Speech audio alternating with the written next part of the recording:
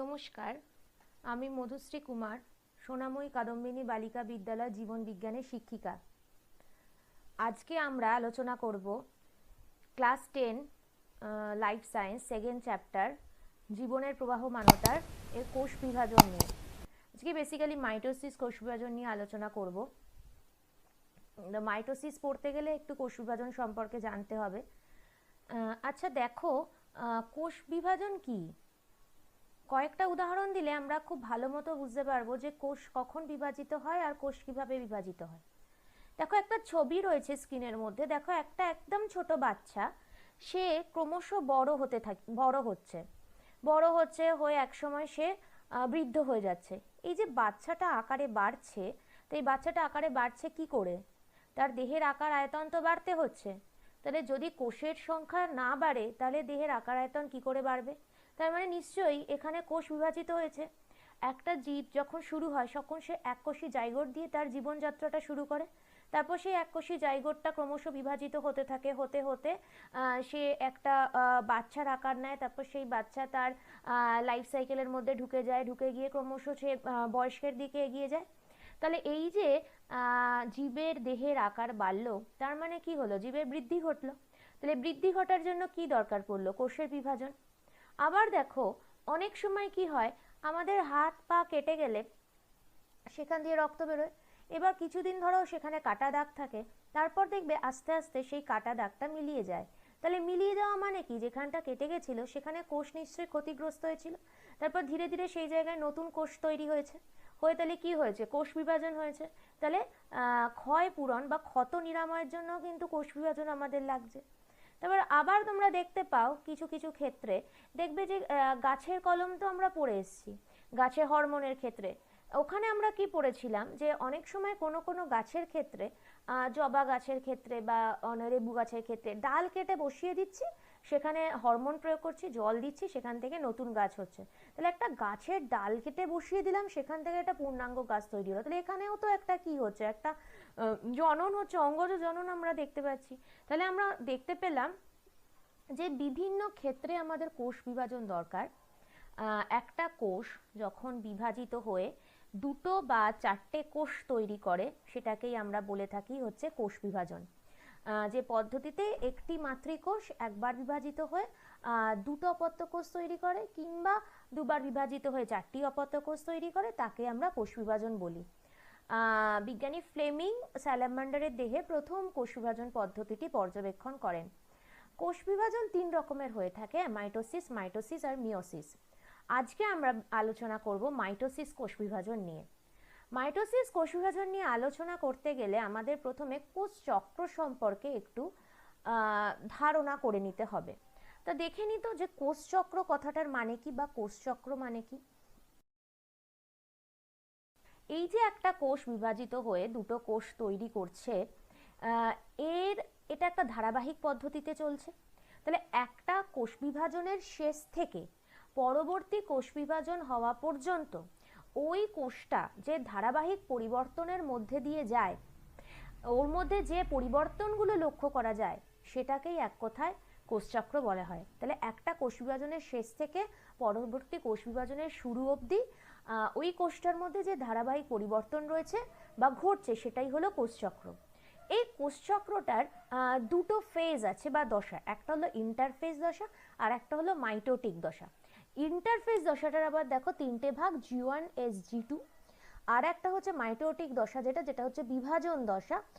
সেটার আবার দুটো ভাগ: ক্যারিওকাইনেসিস আর সাইটোকাইনেসিস। ক্যারিওকাইনেসিস মানে হচ্ছে সেলটার নিউক্লিয়াসের ডিভিশন হচ্ছে, যেটার ভাগ হচ্ছে প্রোফেজ, মেটাফেজ, অ্যানাফেজ, টেলোফেজ। আমরা এগুলো আজকে আলোচনা করব। আর দেখো সাইটোকাইনেসিস, যেটা হচ্ছে কোষটার সাইটোপ্লাজমের বিভাজন হচ্ছে, অর্থাৎ একটা কোষ থেকে দুটো কোষ তৈরি হচ্ছে। এটাও আমরা আজকে আলোচনা করব। তাহলে এই যে ইন্টারফেজ আর মাইটোটিক ফেজ, এই দুটো ফেজের মধ্যে দিয়ে একটা কোষকে যেতে হয়, তবে সেই কোষটা বিভাজনের উপযোগী হয়ে ওঠে। এবার আমরা দেখে নিত যে কি কি হয়ে থাকে ইন্টারফেজ দশায়, কোষটার কি কি পরিবর্তন হয়ে থাকে। দেখো, একটা কোষচক্রের ছবি স্ক্রিনে দেখতে পাচ্ছ। খুব ভালো করে বুঝতেও পারবে, ছবিটাতে ইজি করেই আঁকা আছে। একদম আমি একটু আগেই বললাম যে দুটো ফেজ আমরা দেখতে পাবো, একটা ইন্টারফেজ আর এই যে এম লিখেছি যেটা সেটা হচ্ছে মাইটোটিক ফেজ। আচ্ছা, একটা কোষ ধরো এই যে দুটো কোষ দিয়ে এই একটা কোষ দিয়ে ধরো যাত্রা শুরু হলো। এই কোষটা G1 ফেজে রয়েছে। এই কোষটা উৎপন্ন হয়েছে, ও উৎপন্ন হওয়ার সাথে সাথে ও ইন্টারফেজে ঢুকে গেছে। এই যে ইন্টারফেজে প্রবেশ করলো, প্রথমেই সে যে ফেজটায় ঢুকবে সেটা হলো G1 ফেজ। এবার এই G1 ফেজের মধ্যে এই যে নতুন উৎপন্ন যে কোষটা তার মধ্যে কি কি তৈরি হবে? এই G1 ফেজের মধ্যে বেসিক্যালি তৈরি হবে যেগুলো বিভিন্ন ধরনের কোষীয় অঙ্গাণু, mitochondria, Golgi body, endoplasmic reticulum, এইরকম ধরনের অঙ্গাণু। আর তার সাথে কিছু পরিমাণ আরএনএ তৈরি হবে। কোথায় তৈরি হবে? এই G1 ফেজে। এবার দেখো এই যে G1 ফেজের মধ্যে তার মানে কি হলো, কোষটার আকার একটু বাড়লো। এবার এই কোষটা G1 থেকে প্রবেশ করবে কোথায়? এস ফেজে। তাহলে কি হয়েছিল, এই কোষটার মধ্যে নতুন উৎপন্ন যে কোষটা ছিল সেই কোষটার মধ্যে কোষীয় অঙ্গাণু তৈরি হয়েছিল, কিছু পরিমাণ প্রোটিন তৈরি হয়েছিল, এবার আর আরএনএ তৈরি হয়েছিল। এবার এই কোষটাই ঢুকে গেল কোথায়? এস ফেজে। এই যে এস ফেজে বেসিক্যালি এই কোষটার মধ্যে ডিএনএ সংশ্লেষ হবে, ডিএনএর পরিমাণ দ্বিগুণ হবে। এতক্ষণ পর্যন্ত কোষীয় অঙ্গাণু তৈরি হচ্ছিল, এবার দেখলাম এস ফেজের মধ্যে ডিএনএর পরিমাণ বাড়লো। ডিএনএর পরিমাণ বাড়ার সাথে সাথে কিছু তো প্রোটিন তৈরি হবেই, আর প্রতিটা ক্রোমোজোম ক্রোমাটিড বিশিষ্টও হবে। আর যেটা আমরা আগে পড়ে এসেছিলাম যে সেন্ট্রোমিয়ারের উভয় পাশে যে কাইনেটোকোর থাকে, সেই কাইনেটোকোরগুলো কিন্তু প্রোটিন, এগুলো কিন্তু এস ফেজে তৈরি হবে। এস ফেজের পর চলে যাবে কোষটা দেখো G2 ফেজে। G2 ফেজে কি হবে? G2 ফেজে কোষটার আবার কিছু কিছু কোষীয় অঙ্গাণু তৈরি হবে, মাইটোকন্ড্রিয়া, গলগি, সেন্ট্রোজোম, এগুলো তৈরি হবে, ক্লোরোপ্লাস্ট, এগুলো তৈরি হবে। আর তার সাথে খুব ইম্পর্টেন্ট, দেখো এই যে G2 ফেজের পর কোষটা কোথায় ঢুকে যাচ্ছে? মাইটোটিক ফেজ, মানে বিভাজন দশায়। তাহলে এই এতক্ষণ পর্যন্ত কোষটা দেখলে সব তো কোষটার মধ্যে সব কোষীয় অঙ্গাণু তৈরি হচ্ছিল। তাহলে এবার কোষটাকে কোথায় প্রবেশ করতে হবে? বিভাজনে। তাহলে বিভাজনে প্রবেশ করতে গেলে এই যে তোমার ডিএনএ, নিউক্লিয়াস এগুলো ছিল, এখান থেকে কি তৈরি হতে হবে? ক্রোমোজোম তৈরি হতে হবে, কারণ বিভাজনের সময় আমরা জানি যে নিউক্লিয় জালিকা ক্রোমোজোম তৈরি করে। তাহলে এখানে G2 ফেজে একটা প্রোটিন তৈরি হবে, সেই প্রোটিনটার নাম হলো সিডিকে প্রোটিন। সেই সিডিকে প্রোটিনটা কি করবে? এই নিউক্লিয় জালিকাগুলো থেকে ক্রোমোজোম ফরমেশনে হেল্প করবে। তাহলে সেটা কোথায় তৈরি হবে? সেটা হচ্ছে G2 ফেজে তৈরি হবে। তাহলে কোষটা তো আকারে বেড়ে গেল, আকারে বেড়ে এটা মাতৃকোষের অনুরূপ হয়ে গেল, হয়ে গিয়ে এটা সাথে সাথে কোষ বিভাজনে প্রবেশ করলো। এবার এই যে মাইটোটিক ফেজ একটু আগে পড়েছি, এর দুটো পার্ট আছে, একটা হচ্ছে ক্যারিওকাইনেসিস, একটা cytokinesis. Prophase, metaphase, anaphase, telophase, এটা হলো ক্যারিওকাইনেসিস। দেখো খুব ভালো করে সেলটার ডিভিশন হচ্ছে, আমরা এক্ষুনি একটু পরেই ডিটেলস আলোচনা করব। আমি জাস্ট একটুখানি বলবো যে ক্যারিওকাইনেসিসের পর দেখো একটা কোষের একটা নিউক্লিয়াস ছিল, সেখান থেকে দুটো নিউক্লিয়াস তৈরি হয়েছে। আর সাইটোকাইনেসিসের পর দেখো দুটো সেল তৈরি হয়েছে উইথ টু নিউক্লিয়াস। তার মানে এখানে কি হচ্ছে? সাইটোপ্লাজমের বিভাজন। তাহলে বোঝা গেল। তাহলে আমরা এখানে কি দেখলাম? ইন্টারফেস দশায় কোষটার মধ্যে বিভিন্ন ধরনের কোষীয় অঙ্গাণু তৈরি হলো, কোষের আকার বাড়লো, কোষটা কোষ বিভাজনের উপযোগী হয়ে উঠলো।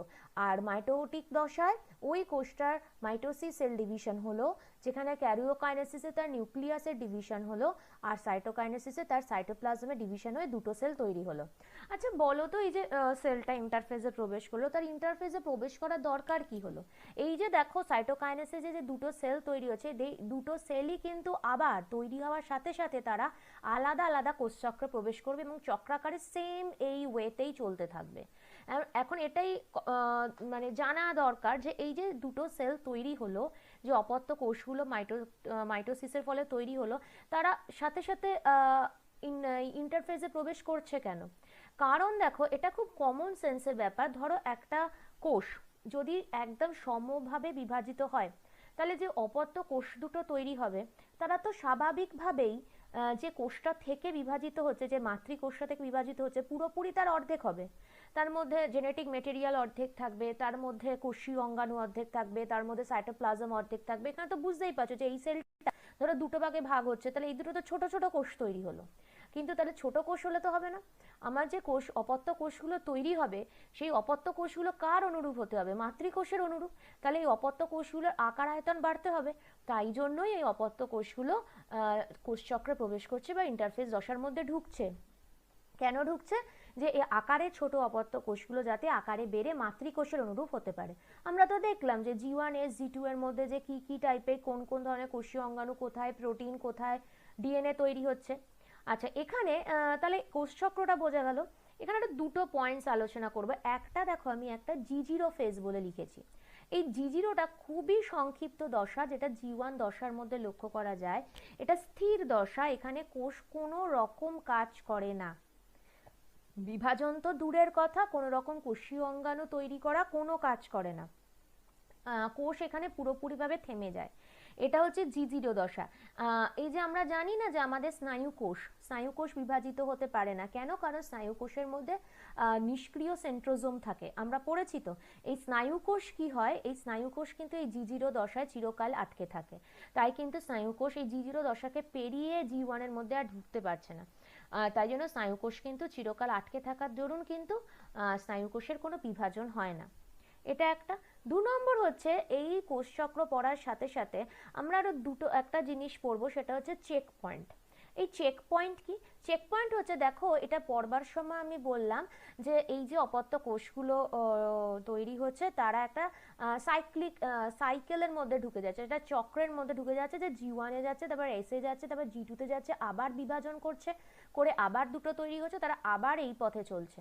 আচ্ছা, কখনো কি মনে হয় না যে এই যে G1S G2M, একটা কোষ এইরকম ভাবে সাইক্লিক্যাল ওয়েতে যাবে কেন? G1 থেকে সে তো G2 তে চলে যেতে পারতো, বা G2 থেকে তো লাফিয়ে এগুলো না করে G1 এ চলে আসতে পারতো। এই এই পরপর পথটা কে দেখাচ্ছে? এই পরপর পথটা দেখাবার জন্য আছে চেক পয়েন্ট। এই চেক পয়েন্টের কাজ হচ্ছে একটা কোষ যাতে ঠিকঠাক কোষচক্রের এই পথটাকে অতিক্রম করতে পারে। এই চেক পয়েন্টের একটা সংজ্ঞা বলা যেতে পারে, যদি ধরো এই চেক পয়েন্ট ঠিকঠাক কাজ না করে, তাহলে যে জায়গাতে কোষটা রয়েছে সেই জায়গাতেই কিন্তু কোষটা ভেঙে যাবে, ওখানে কিন্তু কোষ বিভাজন বন্ধ হয়ে যাবে, ইরেগুলার সেল ডিভিশন হবে, মানে কোনো এই যে নিয়ম শর্ত মেনে যে কোষ বিভাজন হচ্ছে এগুলো কিচ্ছু মানবে না। তো এইরকম ভাবে তিনটে চেক পয়েন্ট সেল সাইকেলে দেখা যায়, G1S G2M আর M। আমি ছবিতে দেখিয়েছি, দেখো G1S, দেখো একটা হচ্ছে তোমার G2S, G2M, আর একটা দেখো M। আচ্ছা, এবার দেখো এখানে এই যে তিনটে চেক পয়েন্টের আমরা কথা বললাম, তিনটে চেক পয়েন্টের কিছু কাজ আছে। দেখো G1 এর যে চেক পয়েন্ট, সেটা দেখো কোষের আকার আয়তন বৃদ্ধি ঘটায়, এইগুলো পরীক্ষা করে, এবং তার সাথে সাথে কিন্তু ঠিক করে যে কোষটা কখন G1 থেকে এসে ঢুকবে। G2Mটা দেখো, যেহেতু তোমার এটা S ফেজ পেরিয়ে যাচ্ছে, তাই জন্য তোমার কি দেখবে, যে ঠিকঠাক মতো ডিএনএ সংশ্লেষ হয়েছে কিনা, ডিএনএর গঠন ঠিকঠাক হয়েছে কিনা এটা দেখবে, আর তার সাথে কি করবে, সেলটাকে কোন দিকে ঠেলে দেবে, এম ফেজের দিকে ঠেলে দেবে। তারপর এটা mitotic check point. Mitotic check point কি হবে, যে ঠিকঠাক মতো সেল ডিভিশন করছে কিনা, ক্রোমোজোমগুলো মেটাফেজ প্লেটে ঠিকঠাক অবস্থান করছে কিনা সেটা দেখা, মানে সোজা কথায় সেলটা প্রোফেজ মেটাফেজ অ্যানাফেজ টেলোফেজে ঠিকঠাক মতো তার নিউক্লিয়াসের ডিভিশন হচ্ছে কিনা সেটা কে দেখবে, সেটা দেখবে হচ্ছে এম ফেজ। এখন এখানে এটাই প্রশ্ন, ধরো বাই চান্স G1 এর চেক পয়েন্ট কাজ করা বন্ধ করে দিল, ধরে নাও এই চেক পয়েন্টটা কাজ করা বন্ধ করে দিল, যদি এটা বন্ধ করে দেয় তাহলে তখন কি হবে? তখন কিন্তু কোষটা হারিয়ে যাবে, মানে ধরো পথ হারিয়ে যাওয়ার মতো। যেই পথ হারিয়ে যাচ্ছে, তাহলে যে জায়গায় ছিল সেই জায়গাতেই কিন্তু কোষটা ইরেগুলার ডিভিশনে ঢুকে যাবে, কোষটা সেই জায়গাটাতেই ভেঙে যাবে এবং ছোট ছোট সেল তৈরি করবে। এই ছোট ছোট কোষগুলো দিয়েই তৈরি হবে হচ্ছে টিউমার। এই যে টিউমার ফর্ম হলো, টিউমার দু রকমের হতে পারে, একটা হলো বিনাইন টিউমার আর একটা হচ্ছে ম্যালিগন্যান্ট টিউমার। বিনাইন টিউমার মানে যেটা ক্যান্সার ঘটাচ্ছে না, নর্মাল টিউমার। আর ম্যালিগন্যান্ট টিউমার মানে হচ্ছে এর মধ্যে থাকা যে সেলগুলো, তাদের কিন্তু একটা ক্ষমতা থাকছে, তারা কিন্তু রক্তবাহের মধ্যে দিয়ে, রক্তের স্রোতের মধ্যে দিয়ে একটা জায়গা থেকে আর একটা জায়গায় পরিবাহিত হতে পারছে, এটাকে বলা হয় হচ্ছে মেটাস্ট্যাসিস। মানে সোজা কথায় ম্যালিগন্যান্ট টিউমার মানে হচ্ছে ক্যান্সার বা ক্যান্সারাস টিউমার ফর্ম করা। তাহলে আমরা এখানে খুব ইম্পর্টেন্ট একটা জিনিস পড়লাম চেক পয়েন্টের ব্যাপারে, যে আমরা দেখলাম যে তিনখানা চেক পয়েন্ট হয়ে থাকে, G1S G2M আর M।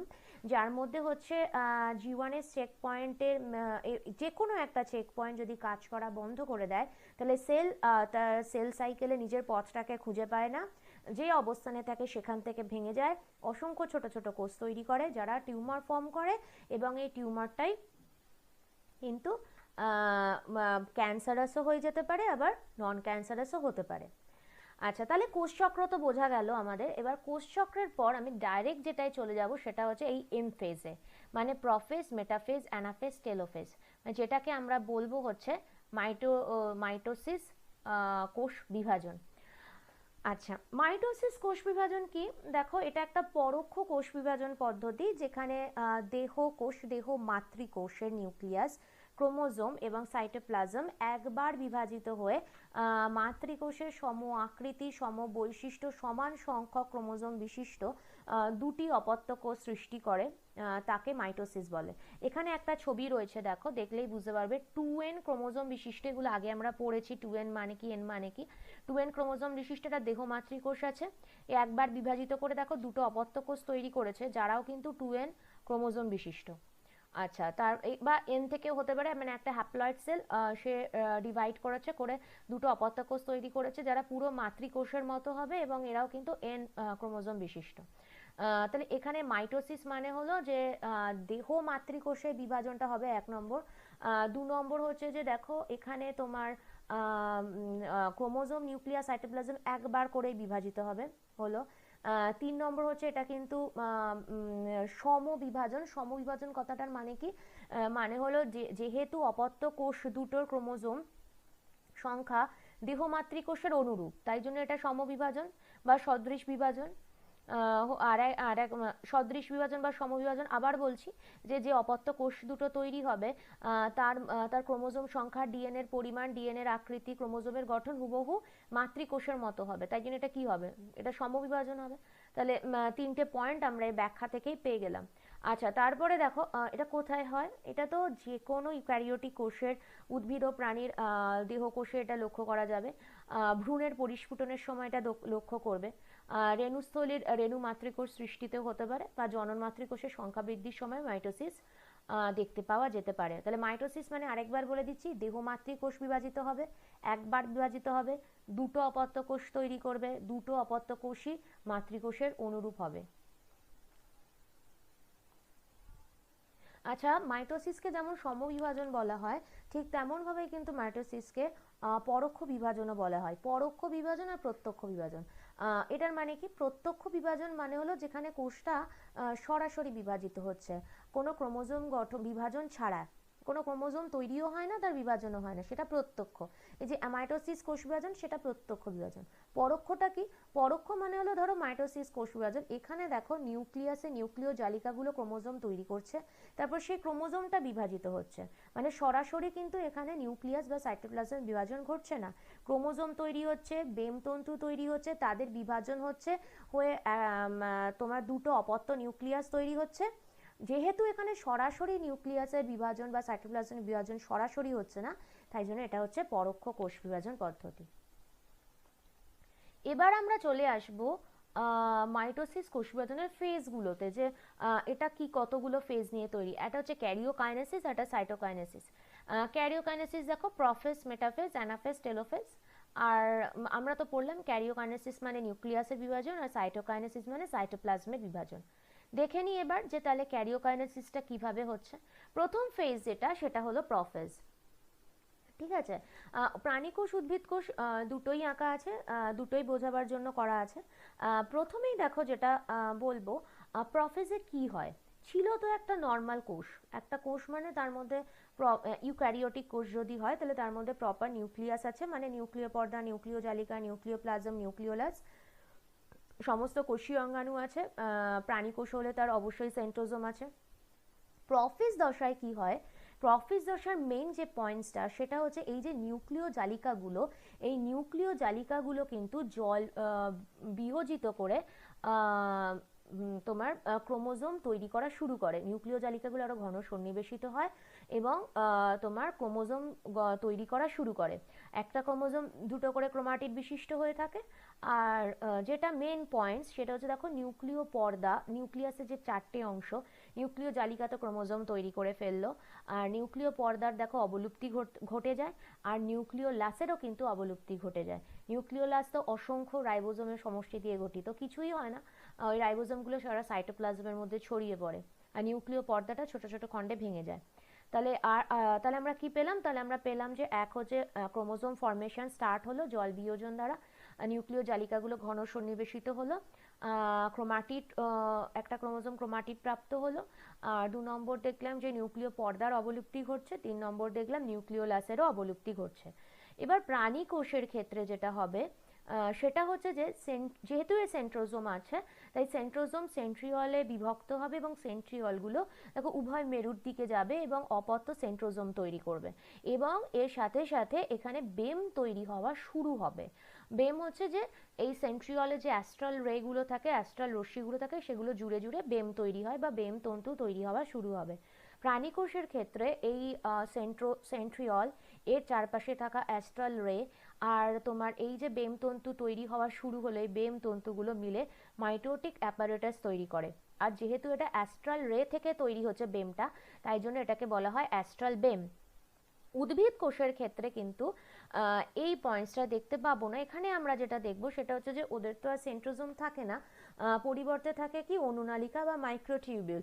সেই মাইক্রোটিউবিউলগুলো কিন্তু উদ্ভিদ কোষের ক্ষেত্রে প্রফেজ দশায় বেম তৈরি করা শুরু করে, এবং এটা যেহেতু তোমার বেমটা অ্যাস্ট্রাল রে দিয়ে তৈরি হচ্ছে না, তাই এদের বেমটাকে বলা হয় বা বেমতন্তুটাকে বলা হচ্ছে অ্যানাস্ট্রাল বেম। তাহলে আমরা প্রফেজে কি দেখতে পেলাম? খুব সোজা কথায় ক্রোমোজোম তৈরি হচ্ছে আর নিউক্লিয় পর্দা নিউক্লিওলাসের অবলুপ্তি ঘটছে। আচ্ছা, এরপর যেটা চলে আসবো সেটা হচ্ছে মেটাফেজ। মেটাফেজে কি হচ্ছে দেখো, ক্রোমোজোমগুলো পুরো মাঝখানে তৈরি মানে চলে আসছে। প্রফেজে তো দেখলাম ছড়িয়ে ছিটিয়ে রয়েছে, কিন্তু মেটাফেজে দেখো ক্রোমোজোমগুলো পুরো মাঝখানে রয়েছে। তাহলে ক্রোমোজোম সুস্পষ্ট হবে মেটাফেজে, 1 নম্বর। 2 নম্বর হচ্ছে যে ক্রোমোজোমগুলো ঠিক নিরক্ষীয় তল বরাবর বিন্যস্ত থাকবে, যেটাকে বলা হয় হচ্ছে মেটাফেজ প্লেট। 3 নম্বর যেটা হচ্ছে সেটা দেখো প্রত্যেকটা ক্রোমোজোম দেখো সেন্ট্রোমিয়ার অঞ্চলে দেখো এই যে বেম তন্তুর সাথে জোড়া রয়েছে। বোঝা গেল তো? তার মানে দেখো একটা এখানে দেখো একটা উভয় মেরুর মধ্যে যে বেম তন্তুগুলো রয়েছে, এই কিছু কিছু বেম তন্তু আছে যা ক্রোমোজোমগুলোর সেন্ট্রোমিয়ারকে সাথে যুক্ত। এক্ষেত্রেও তাই, দেখো উভয় মেরুর মধ্যে যে বেম তন্তুগুলো আছে সেগুলো দেখো এই ক্রোমোজোমের সেন্ট্রোমিয়ারের সাথে যুক্ত। ঠিক আছে, এবার এখানে দেখো যে কত রকমের আমরা এই বেমতন্তু দেখতে পাচ্ছি। এখানে 2 রকমের বেমতন্তু দেখা যায়। একটা হচ্ছে দেখো এটা, যেটা হচ্ছে তোমার ক্রোমোজোমাল তন্তু, যেটা মেরুর সাথে ক্রোমোজোমের সেন্ট্রোমিয়ারের সাথে যুক্ত। আর একটা দেখো নিরবিচ্ছিন্ন তন্তু, যেটা দেখো উভয় মেরুর সাথে যুক্ত, মানে তোমার দুটো মেরুর মধ্যে রয়েছে, সেটা হচ্ছে নিরবিচ্ছিন্ন তন্তু। তাহলে মেটাফেজে আমরা কি পেলাম? মেটাফেজেতে পেলাম ক্রোমোজোমগুলো সুস্পষ্ট হলো। মাইক্রোস্কোপের তলায় যদি দেখো তাহলে ক্রোমোজোমগুলোকে মোটামুটি স্পষ্টভাবে দেখা যাবে। 2 নম্বর পেলাম যে এখানে বেমতন্তু ফরমেশনটা একদম কমপ্লিট হয়ে গেল। 2 রকমের বেমতন্তু পাচ্ছি, একটা ক্রোমোজোমাল বেমতন্তু আর একটা ক্রোমোজোমাল তন্তু আর একটা নিরবিচ্ছিন্ন তন্তু। মেরুর সাথে সেন্ট্রোমিয়ার অবধি জোড়া যেটা ক্রোমোজোমাল তন্তু, আর উভয় মেরুর মাঝখানে রয়েছে যেটা সেটা নিরবিচ্ছিন্ন তন্তু। আর আরেকটা পেলাম যেটা পুরোপুরিভাবে মাঝখানের প্লেটে থাকছে, যেটাকে আমরা বলে থাকছি মেটাফেজ প্লেট। প্রফেজ দশা ছিল হচ্ছে সবচেয়ে দীর্ঘস্থায়ী দশা, এটা ক্ষণস্থায়ী দশা আর মেটাফেজটা। এবার মেটাফেজের পর চলে আসে হচ্ছে অ্যানাফেজ। ছবিগুলো দেখে পড়লেই আমার মনে হয় যে কোনো অসুবিধা হওয়ার কথা নয়। হাতে আঁকা ছবি অনেকেই প্রেফার করে, আমিও সবসময় হাতে আঁকা ছবি প্রেফার করি, তাই হাতে আঁকা ছবি দিয়েই আমি এখানে বোঝানোর চেষ্টা করেছি। দেখো এবার এটা হচ্ছে অ্যানাফেজ। অ্যানাফেজে কি হয় দেখো,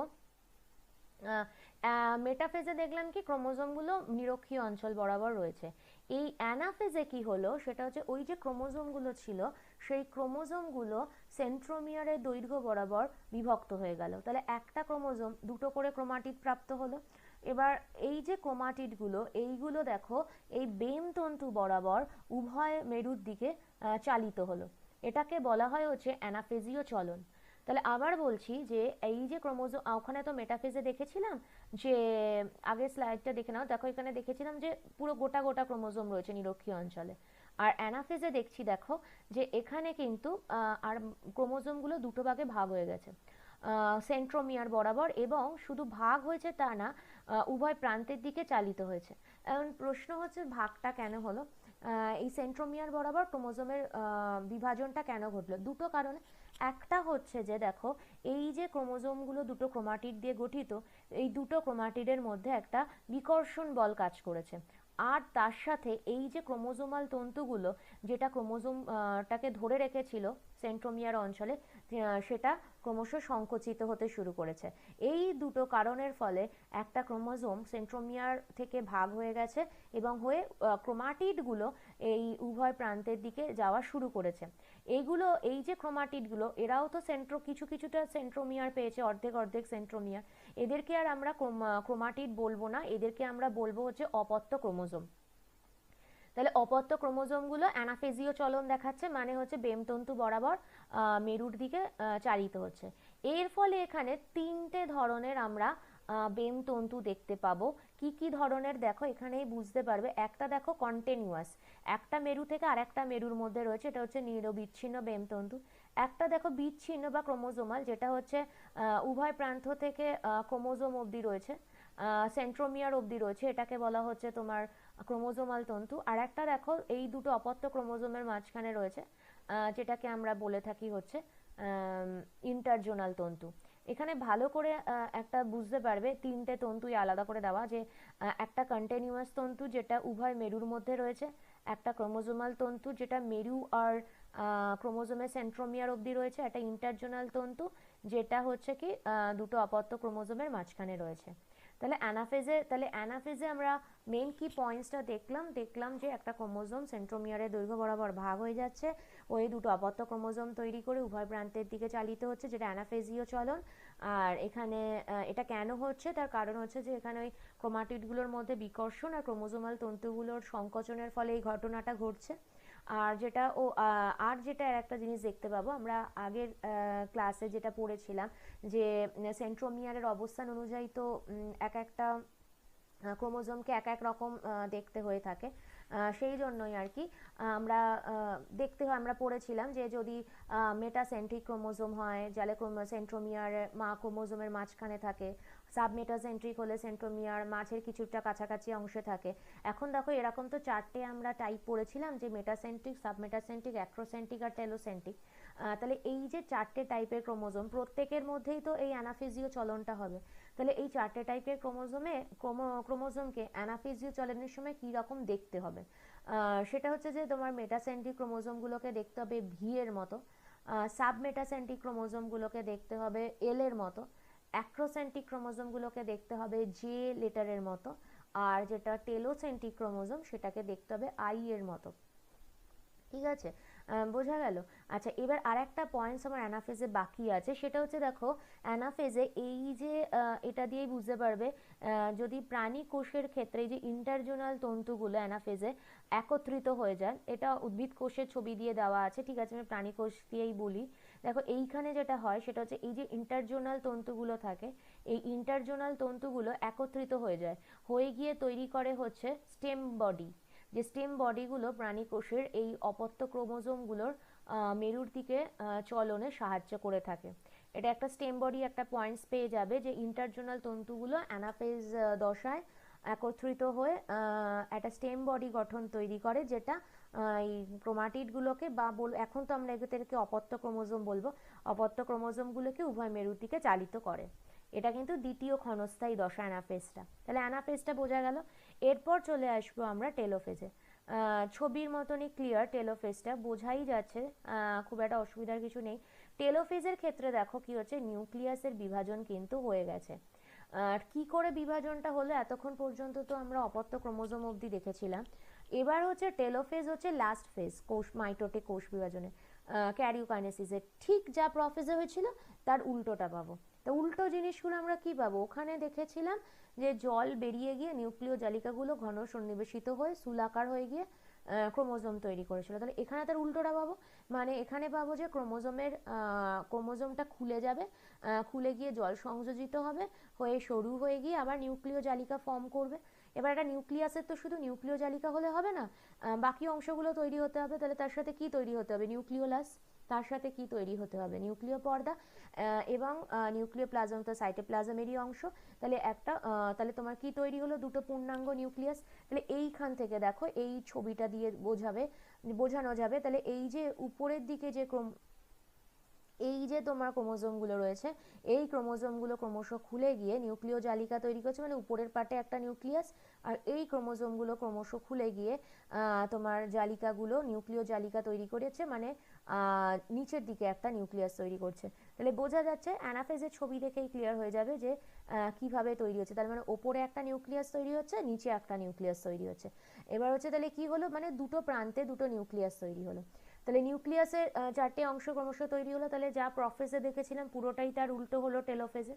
এবং তার সাথে সাথে যেটা হবে সেটা হচ্ছে যে দেখো এই সাইটোপ্লাজমের বিভাজনটা শুরু হওয়া স্টার্ট হবে।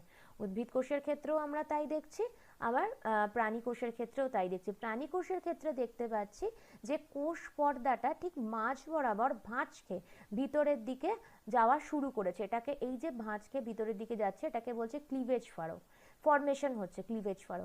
আর উদ্ভিদ কোষের ক্ষেত্রে দেখো ঠিক মাঝ বরাবর একটা প্লেট তৈরি হয়েছে, একটা শক্ত অংশ মতো গঠন তৈরি হচ্ছে, যেটাকে আমরা বলে থাকছি হচ্ছে কোষপাত। তৈরি হয়নি, তৈরি হওয়া শুরু হচ্ছে। তাহলে বোঝা গেল তাহলে টেলোফেজ হচ্ছে কি লাস্ট ফেজ। টেলোফেজে কি দেখতে পেলাম, যে ক্রোমোজোমগুলো ক্রমশ খুলে গিয়ে নিউক্লিয়াস ফর্ম করছে, নিউক্লিয় জালিকা তৈরি করছে, তার সাথে পুনরায় নিউক্লিওলাস তৈরি হচ্ছে, পুনরায় নিউক্লিয় পর্দা তৈরি হচ্ছে, হয়ে দুখানা অপত্য নিউক্লিয়াস তৈরি হচ্ছে, ও এবং তার সাথে সাথে সাইটোপ্লাজমের বিভাজন স্টার্ট হচ্ছে। এবার তাহলে আমাদের একদমই কমপ্লিট হয়ে গেল যে প্রফেজ, মেটাফেজ, অ্যানাফেজ, টেলোফেজ, চারটে ফেজ, অর্থাৎ নিউক্লিয়াসের ডিভিশনটা আমরা পড়ে ফেললাম। এবার আমরা যেটা পড়বো সেটা হচ্ছে সাইটোপ্লাজমের বিভাজন, যে কি করে দুটো সেল তৈরি হচ্ছে। এইখানে দেখো এই ছবিটা দেখলেই বুঝতে পারবে এটা কিন্তু টেলোফেজটাই দেওয়া, যে নিউক্লিয়াসের বিভাজন হয়ে গেছে, নিউক্লিয় জালিকা ফালিকা সব তৈরি হয়ে গেছে। কিন্তু দেখো টেলোফেজেও কিন্তু এই যে বেম তন্তুগুলো কিন্তু তখনও থেকে গেছিল উদ্ভিদ কোষে। আর দেখো মাঝখানে একটা আবছা গঠন দেখতে পাচ্ছ, যেটাকে ফ্র্যাগমোপ্লাস্ট বলছে। কি হচ্ছে এই মাঝখানটায়, পুরো মাঝ বরাবর অঞ্চলে এখানে কি হয়, আমরা গলগি বডি পড়েছি। গলগি বডির যেটা ভেসিকল থাকে তার মধ্যে ক্যালসিয়াম পেকটেট আর ম্যাগনেসিয়াম পেকটেট নিয়ে এই ভেসিকেলগুলো এই মাঝখানে পরপর জমা হতে থাকে। এদেরকে বলা হয় হচ্ছে ফ্র্যাগমোজোম। আর এই যে আমরা তন্তুগুলো দেখতে পাচ্ছি এগুলো তো ইন্টারজোনাল তন্তু, দুটো ক্রোমোজোমের মাঝখানে ছিল, যে অ্যানাফেজে পড়েছিলাম। এই ইন্টারজোনাল তন্তু আর এই ফ্র্যাগমোজোম জুড়ে যায়, জুড়ে গিয়ে তৈরি করে এই ফ্র্যাগমোপ্লাস্ট। তাহলে গলগি বডির vesicle calcium pectate magnesium pectate নিয়ে আসলো, সেটাকে বলছে ফ্র্যাগমোজোম। এরা যখন ইন্টারজোনাল তন্তুর সাথে জুড়ে তৈরি করলো কি ফ্র্যাগমোপ্লাস্ট। এবার এই ফ্র্যাগমোপ্লাস্ট তো ক্রমশ বাড়ছে পরিধির দিকে, ফ্র্যাগমোপ্লাস্টের শেষে আবার ফ্র্যাগমোজোম জমা হচ্ছে, এইভাবে কি হচ্ছে এরা পরস্পর জুড়ে গিয়ে এরা তৈরি করছে কোষপাত। এইটা হচ্ছে সেই কোষপাত, অর্থাৎ ফ্র্যাগমোপ্লাস্ট ও ফ্র্যাগমোজোম পরপর জুড়ে গিয়ে তৈরি করছে কি কোষপাত। এবার হচ্ছে বা সেল প্লেট। এবার দেখো আমরা উদ্ভিদ কোষ পড়েছিলাম, ওখানে আমরা পড়েছিলাম যে পাশাপাশি দুটো উদ্ভিদ কোষের মাঝখানে সাইটোপ্লাজমের মধ্যে একটা সংযোগ সেতু থাকে, যেটাকে বলা হয় প্লাজমোডেসমাটা। তাহলে কোষপাত তো সিমেন্টের মতো হয়ে মাঝখানটাকে মানে জুড়ে দিল, দুটো সেলকে আলাদা করে দিল। তাহলে কি করে হলো, তাহলে এখানে প্লাজমোডেসমাটা কি করে তৈরি হবে, এই কোষপাতের মাঝখানে এন্ডোপ্লাজমীয় রেটিকিউলামের ভেসিকেলগুলো গুলো প্রবেশ করবে, করে ও যেহেতু ইয়ার প্রবেশ করছে মানে জায়গাটা কি হয়ে যাচ্ছে ফাঁকা, তাহলে ওইগুলো কি তৈরি করছে, প্লাজমোডেসমাটা তৈরি করছে, মানে হচ্ছে কানেকশন, দুটো সেলের মাঝখানে কানেকশন, সেটাকে বলছে প্লাজমোডেসমাটা। তাহলে এটা হলো, তাহলে আমরা প্লাজমোডেসমাটার গঠনও দেখলাম। এবার কি হবে, এই যে কোষপাতটা ক্রমশ calcium magnesium pectate calcium pectate জমা হতে হতে এটা ক্রমশ ভৌত রাসায়নিক পরিবর্তন হবে এবং এটা মধ্যপর্দা তৈরি করবে। আমরা ক্লাস 9-এ কিন্তু কোষ প্রাচীরের গঠন পড়ে এসেছি। তাহলে এই মধ্যপর্দা তৈরি হবে, ক্রমশ মধ্যপর্দার উভয় পাশে সেলুলোজ হেমিসেলুলোজ এগুলো দিয়ে তৈরি হবে প্রাথমিক প্রাচীর, এবং হয়ে গিয়ে দুটো কোষকে সম্পূর্ণ আলাদা করে দেবে।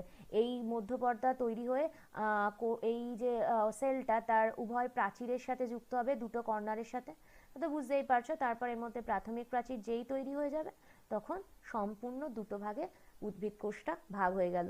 তাহলে পরপর পয়েন্টসগুলো কি হলো, প্রথমে ফ্র্যাগমোজোম, তারপরে হলো ফ্র্যাগমোপ্লাস্ট, তারপরে হলো কোষপাত, তারপরে তার মাঝখানে তৈরি হলো প্লাজমোডেসমাটা, তারপর ওই কোষপাতটাই কিসে কনভার্ট হলো, মধ্যপর্দা, তারপর মধ্যপর্দার পর কি তৈরি হলো, প্রাথমিক প্রাচীর, তারপর গৌণ প্রাচীর। তাহলে মধ্যপর্দা, প্রাথমিক প্রাচীর, গৌণ প্রাচীর নিয়েই তো তৈরি হয় কোষ প্রাচীর। তাহলে কোষটা সম্পূর্ণ দুটো ভাগে ভাগ হয়ে গেল। তাহলে এইভাবে কিন্তু উদ্ভিদের সাইটোপ্লাজমের বিভাজন হচ্ছে উদ্ভিদ কোষের। এবার উদ্ভিদ কোষ যখন আমরা পড়ছি, সাথে সাথে আমাদের কি পড়তে হবে, প্রাণী কোষ। তাহলে সেম আমরা প্রাণী কোষটা দেখি যে প্রাণী কোষটা কিভাবে বিভাজিত হচ্ছে। দেখো প্রাণী কোষের ক্ষেত্রে যেটা হয় সেটা হচ্ছে ঠিক অ্যানাফেজের শেষের দিক থেকেই কিন্তু মাঝ বরাবর, এটা বুঝতেই পারছো যে অ্যানাফেজি, তার কারণ হচ্ছে দেখো এখানে ওই যে ক্রোমাটিডগুলো উভয় মেরুর দিকে চালিত হচ্ছে, অপত্য ক্রোমোজোমগুলো, ঠিক তখনই দেখো এখানে কোষ পর্দাটা মাঝ বরাবর ভাঁজ খেতে শুরু করে দিয়েছিল। তারপর টেলোফেজে কি হচ্ছে দেখো, এখানে তো অপত্য নিউক্লিয়াস তৈরি হয়ে গেছে, কোষ পর্দাটা দেখো আর একটু বেশি ভেতরে ভাঁজ খেয়েছে। এখন প্রশ্ন হচ্ছে যে কোষ পর্দাটা ভেতরের দিকে এরমভাবে ভাঁজ খেয়ে ঢুকে যাচ্ছে কেন? কারণ হচ্ছে ঠিক এই মধ্যিখান অঞ্চলটাতে দুটো প্রোটিন থাকে, একটা থাকে অ্যাক্টিন, আর অ্যাক্টিনের মাঝখানে থাকে মায়োসিন। এই অ্যাক্টিন মায়োসিন প্রোটিনগুলো ঠিক এই মাঝখানটায় থাকে, এরা পরস্পর জুড়ে গিয়ে কন্ট্রাক্টাইল রিং তৈরি করে। এই কন্ট্রাক্টাইল রিংটা কি করে, ক্রমশ সংকুচিত হয়। তাহলে এই কোষ পর্দাটা ক্রমশ এদিকে ভাঁজ খাচ্ছে, ভেতরে ঢুকছে, এই কোষ পর্দাটা ক্রমশ এদিকে ঢুকে যাচ্ছে ভেতরের দিকে। এটাকে বলা হয় হচ্ছে এই যে খাঁজটা তৈরি হচ্ছে এইটাকে বলা হয় হচ্ছে ক্লিভেজ ক্লিভেজ ফারো, আর এই পদ্ধতিটা থেকে বলা হচ্ছে তোমার ক্লিভেজ। তাহলে ক্লিভেজ ফারো ক্রমশ গভীরতর হবে, কারণ হচ্ছে অ্যাক্টিন মায়োসিন ততই সংকুচিত হবে, এবং গভীরতর হতে হতে এরা ক্রমশ পরস্পর কি হবে, ক্লিভেজ ফারোটা জুড়ে যাবে, এবং জুড়ে গিয়ে দেখো দুটো অপত্য প্রাণীকোষ তৈরি হলো। তাহলে কি কি হলো, প্রথমে কিছু না, এটা হচ্ছে তোমার অ্যাক্টিন মায়োসিন সংকুচিত হচ্ছে, অ্যাক্টিন মায়োসিন জুড়ে গিয়ে কন্ট্রাক্টাইল রিং তৈরি করছে, রিং যত সংকুচিত হচ্ছে খাঁজ তত গভীর হচ্ছে, এরকম ক্রমশ খাঁজগুলো জুড়ে যাচ্ছে দুটো প্রান্ত দিয়ে, জুড়ে গিয়ে দুটো সেল আলাদা হয়ে যাচ্ছে, অর্থাৎ সাইটোপ্লাজমের বিভাজন। তাহলে প্রাণীকোষের সাইটোকাইনেসিস। তাহলে আমরা ক্যারিওকাইনেসিস পড়লাম, আমরা প্রথমে তো আমরা পড়লাম হচ্ছে সেল সাইকেল, মানে একটা কোষ কেন কোষচক্রে প্রবেশ করছে। সেকেন্ড আমরা পড়লাম মাইটোসিস, কোষ বিভাজনের ক্যারিওকাইনেসিস, মানে কি করে নিউক্লিয়াসটার বিভাজন হচ্ছে, ক্রোমোজোম তৈরি করে কি করে বিভাজন হচ্ছে। থার্ডলি আমরা যেটা পড়লাম সাইটোকাইনেসিস, মানে দেখলাম শুধু নিউক্লিয়াসের বিভাজন তো হলে হবে না, তার সাথে সাথে তো সাইটোপ্লাজমেরও বিভাজন হতে হবে, তাই আমরা উদ্ভিদ ও প্রাণী কোষের সাইটোপ্লাজমের বিভাজনটাও পড়লাম করে তাহলে কিন্তু মাইটোসিস কোষ বিভাজন কিন্তু কমপ্লিট। যে মাইটোসিস কোষ বিভাজনের কিন্তু আর কিছু নেই, একটা সেল থেকে দুটো সেল তৈরি হয়ে গেছে। এই যে দুটো সেল তৈরি হলো, এই দুটো সেল কিন্তু সাথে সাথে প্রত্যেকে কোষচক্রের মধ্যে মানে ইন্টারফেজের মধ্যে প্রবেশ করবে মাতৃকোষের অনুরূপ হওয়ার জন্য, যাতে করে ওরা পরবর্তী সেল সাইকেলে ঢুকতে পারে। আচ্ছা এখানে দেখো এটা একটা স্লাইড দেওয়া আছে, একটা অনিয়ন রুট টিপের মাইটোসিস সেল ডিভিশন দেখানো আছে। ফেজগুলো দেখা যায় যে মাইক্রোস্কোপের নিচে তুমি কিরকম দেখবে, প্রোফেজকে কিরকম দেখবে, মেটাফেজকে এরকম দেখবে, অ্যানাফেজকে এরকম দেখতে পাবে। তো এই যে তোমরা মাইটোসিস সেল ডিভিশন আমরা এতক্ষণ ধরে আলোচনা করলাম, এই মাইটোসিস সেল ডিভিশনের তাৎপর্য কি বা কেন দরকার মাইটোসিস সেল ডিভিশনটা, খুব ইজি এবং খুবই সোজা। দেখো প্রথমটা তো হচ্ছে অবশ্যই বৃদ্ধি, যে একটা এককোষী, যেটা দিয়ে আমি শুরু করেছিলাম, যে একটা এককোষী ভ্রূণ সে ক্রমশ বেড়ে গিয়ে একটা শিশুর আকার নিচ্ছে, সেখান থেকে ক্রমশ সে আরও বাড়ছে, বেড়ে তার জীবনচক্রে বিভিন্ন ফেজ পেরিয়ে সে বার্ধক্য দশায় পৌঁছাচ্ছে। তাহলে এই যে ক্রমশ যে ছোট থেকে বড় হচ্ছে, তার বৃদ্ধি করছে, তার জন্য দেহকোষের বিভাজন ঘটছে, তাই জন্য এটা অবশ্যই মাইটোসিস দরকার। তারপরে 2 নম্বর পয়েন্টসে আমরা যেটা পড়েছিলাম যে দেখো অনেক সময় হয় যে কেটে গেল, সেখান থেকে রক্তপাত হলো, আবার সেই কাটা অংশটা কিছুদিনের মধ্যে জুড়ে গেল, তাহলে সেটা কি হয়, সেই পয়েন্টসটা হচ্ছে তোমার ক্ষত নিরাময়, কোষের প্রতিস্থাপন বা ক্ষয়পূরণ বা ক্ষত নিরাময় হয় অনেক সময়। আচ্ছা তারপরে আরেকটা পয়েন্টস এখন যেটা পড়বো সেটা হচ্ছে দেখো পুনরুৎপাদন। অনেক সময় জানো যে টিকটিকির লেজ কেটে গেলে সেখান থেকে দেখবে পুনরায় আবার করে লেজ তৈরি হয়। কিছু মোলাস্কা থাকে মানে কম্বোজ জাতীয় প্রাণী, তাদেরও ফুট অংশ বা মাংসল পদ অংশ কেটে গেলে সেখান থেকে আবার নতুন করে মাংসল পদ তৈরি হতে পারে। এগুলো কেন হয়, যে সেলটা থেকে তোমার এই যে অঙ্গটা কেটে যাচ্ছে সেখানকার সেলের মধ্যে দিয়ে রিজুভিনেট করার ক্ষমতা রয়েছে, অর্থাৎ পুনরায় অঙ্গ তৈরি করার ক্ষমতা। ওই কোষটা কিন্তু মাইটোসিস কোষ বিভাজন ঘটিয়ে আবার নতুন অঙ্গ তৈরি করতে পারে। আর এছাড়াও তোমার প্রজননের ক্ষেত্রেও লাগে, জননের ক্ষেত্রেও কিছু ওই যে অঙ্গজ জনন অযৌন জননের ক্ষেত্রে লেগে থাকে, যেগুলো ধরো রেণুর মাধ্যমে তোমার প্রস্ফুটিত হয়ে গাছ হচ্ছে অযৌন জননের ক্ষেত্রে, বা ধরো অ্যামিবার কোষ বিভাজন খুবই সরলতর যেটা মাইটোসিসেই ঘটে থাকে, কিছু কিছু ক্ষেত্রে মাইটোসিসও লক্ষ্য করা যেতে পারে। আবার তোমার আলু পেঁয়াজ আদা এদের ক্ষেত্রেও তোমার মাইটোসিস কোষ বিভাজন, এদের অঙ্গজ জনন হয়, পরিবর্তিত কাণ্ডের মাধ্যমে এদের গাছ তৈরি হতে পারে। তো এই সব কারণগুলোর জন্য মাইটোসিস কোষ বিভাজন খুবই দরকার।